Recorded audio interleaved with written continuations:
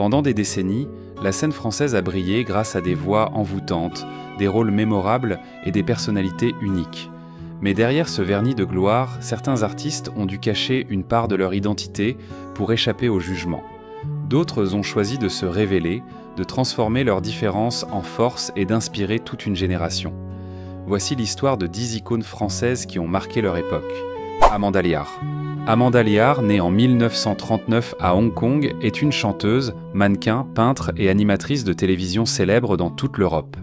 Elle s'est fait connaître du grand public grâce à ses tubes disco incontournables des années 1970 à 1980, à sa carrière d'animatrice pleine de charme en France, ainsi qu'à sa relation légendaire avec le peintre Salvador Dal.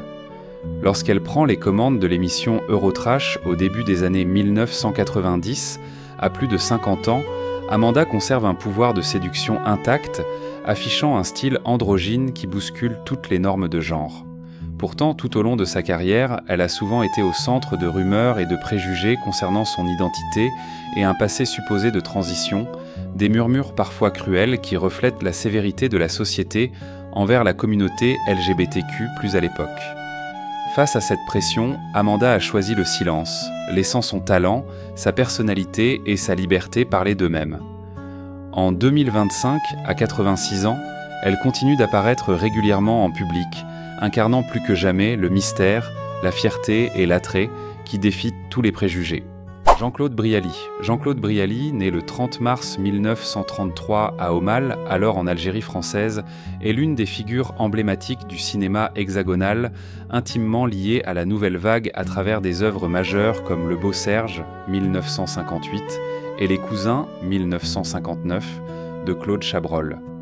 Lorsqu'il tourne Le Beau Serge, il n'a que 25 ans, mais impose déjà une allure élégante et une profondeur émotionnelle rare, s'imposant rapidement comme une icône de l'écran.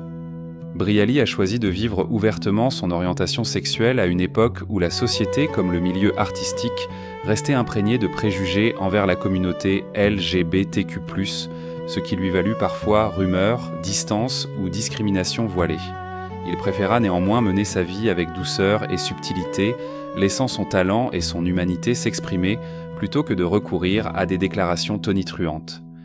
Jean-Claude Brialy s'est éteint le 30 mai 2007 à Paris des suites d'un cancer à l'âge de 74 ans, laissant l'image d'un artiste raffiné, intelligent et fidèle à lui-même, devenu une source d'inspiration durable pour de nombreuses générations. Mylène Farmer. Mylène Farmer, née le 12 septembre 1961 à Pierrefonds, Québec, Canada, est l'une des plus grandes icônes de la musique française, célèbre pour son univers artistique unique, empreint de poésie et d'images métaphoriques. Elle s'est fait connaître du grand public grâce à des titres emblématiques comme Libertine et Sans contrefaçon, ainsi qu'à des clips aux accents cinématographiques.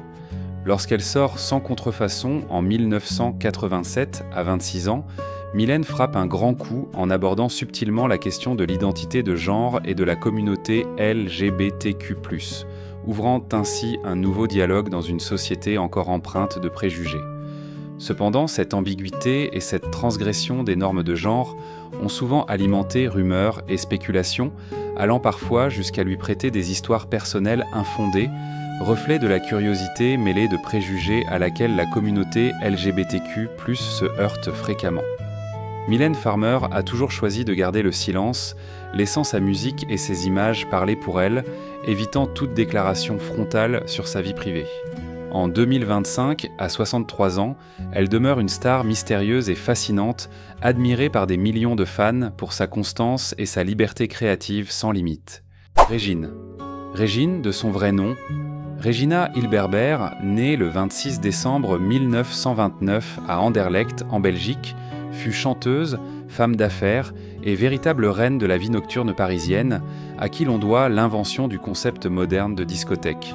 Elle s'est fait connaître non seulement grâce à des chansons comme Les Petits Papiers ou La Grande Zoa, mais aussi par la gestion de la mythique chaîne de clubs chez Régine, lieu de rendez-vous prestigieux des artistes, des hommes politiques et de la communauté LGBTQ+.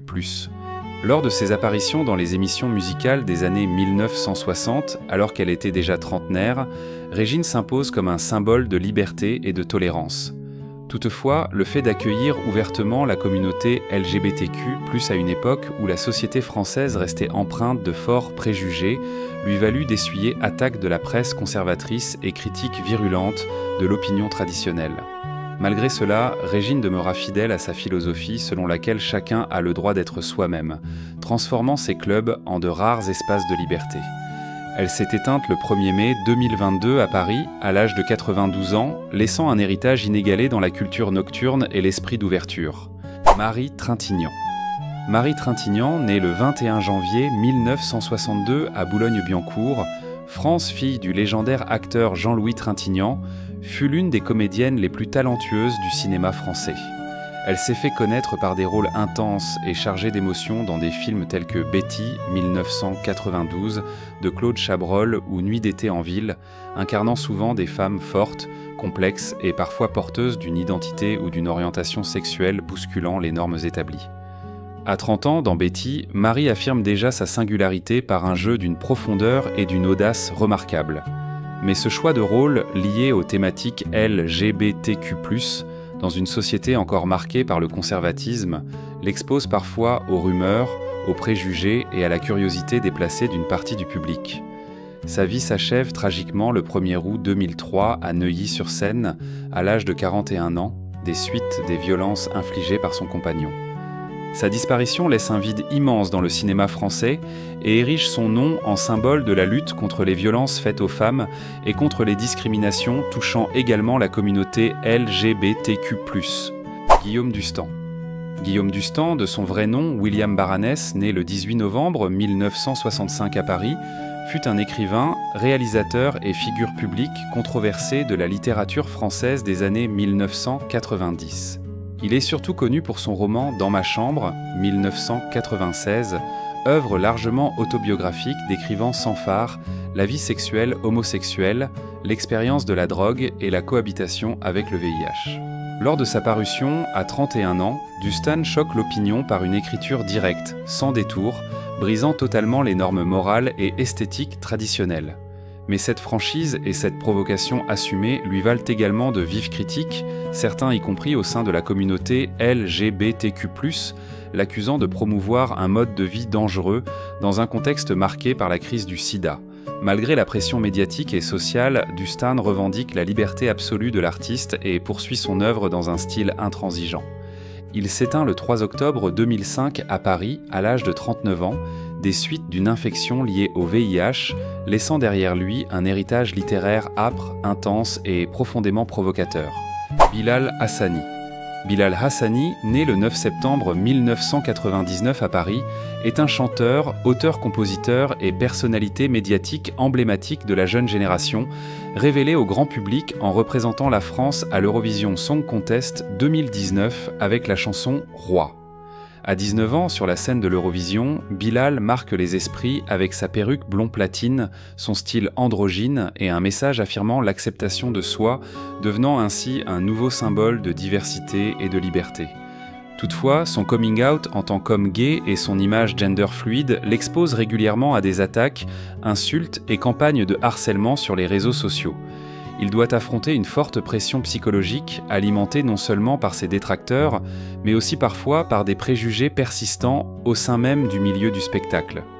Malgré cela, Bilal n'a jamais reculé, transformant chacune de ses prestations en déclaration en faveur de l'acceptation et de l'amour de soi. En 2025, à 25 ans, il poursuit une carrière artistique dynamique et demeure l'une des voix les plus influentes de la jeune communauté LGBTQ+, en France, inspirant des milliers de personnes à vivre pleinement leur vérité. Public conservateur, certains l'accusant même de faire la propagande pour la communauté. Michel Larocque n'a jamais laissé ses préjugés freiner son parcours, continuant à mettre sa notoriété au service de la diversité et de l'égalité des droits.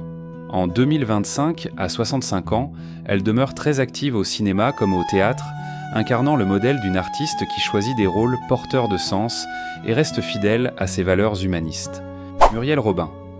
Muriel Robin, née le 2 août 1955 à Montbrison, France, est une actrice, humoriste et scénariste de renom, connue pour ses rôles poignants dans des téléfilms tels que Jacqueline Sauvage. C'était Lui ou moi, 2018, ainsi que pour ses spectacles de stand-up devenus cultes. À 63 ans, en incarnant Jacqueline Sauvage, Muriel livre une performance magistrale, récompensée et saluée par des millions de téléspectateurs. Ouvertement lesbienne depuis 1996, elle s'impose comme l'une des voix les plus fortes en faveur des droits LGBTQ+, en France. Toutefois, sa franchise et ses prises de position contre les injustices et les préjugés lui valent parfois de vives critiques de la part des milieux conservateurs, et certains producteurs ont même choisi de l'écarter de projets importants. Elle a confié avoir payé un prix professionnel pour cette liberté de parole, sans jamais le regretter.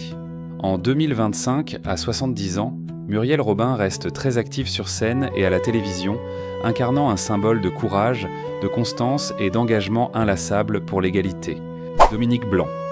Dominique Blanc, née le 25 avril 1956 à Lyon, France, est l'une des plus grandes comédiennes du cinéma et du théâtre français, réputée pour sa capacité à incarner avec intensité des personnages à la vie intérieure complexe.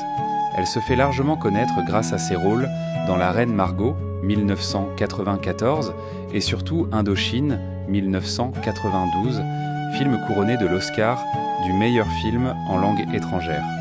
À 36 ans, dans Indochine, Dominique livre une performance d'une grande profondeur émotionnelle, contribuant à hisser l'œuvre au rang de classique.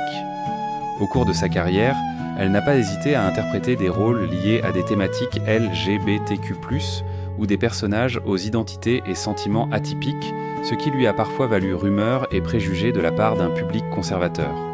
Son engagement dans ces rôles, à l'occasion, était interprété à tort comme un reflet de sa vie privée, illustrant les obstacles que doivent affronter tant les artistes que la communauté LGBTQ+. En 2025, à 69 ans, Dominique Blanc poursuit une carrière toujours active, admirée non seulement pour sa maîtrise artistique, mais aussi pour son courage et sa constance dans ses choix créatifs. Ils ont osé vivre pleinement, aimer et briller à leur manière, envers et contre tous les préjugés. Par leur talent, leur personnalité et leur détermination, ces artistes ont ouvert la voie à un monde plus ouvert et plus tolérant. Leur histoire n'est pas seulement un parcours artistique, mais aussi un rappel que la plus grande liberté est celle d'être soi-même. Préservons, transmettons et faisons vivre cette flamme afin que leur voix continue de résonner à travers le temps.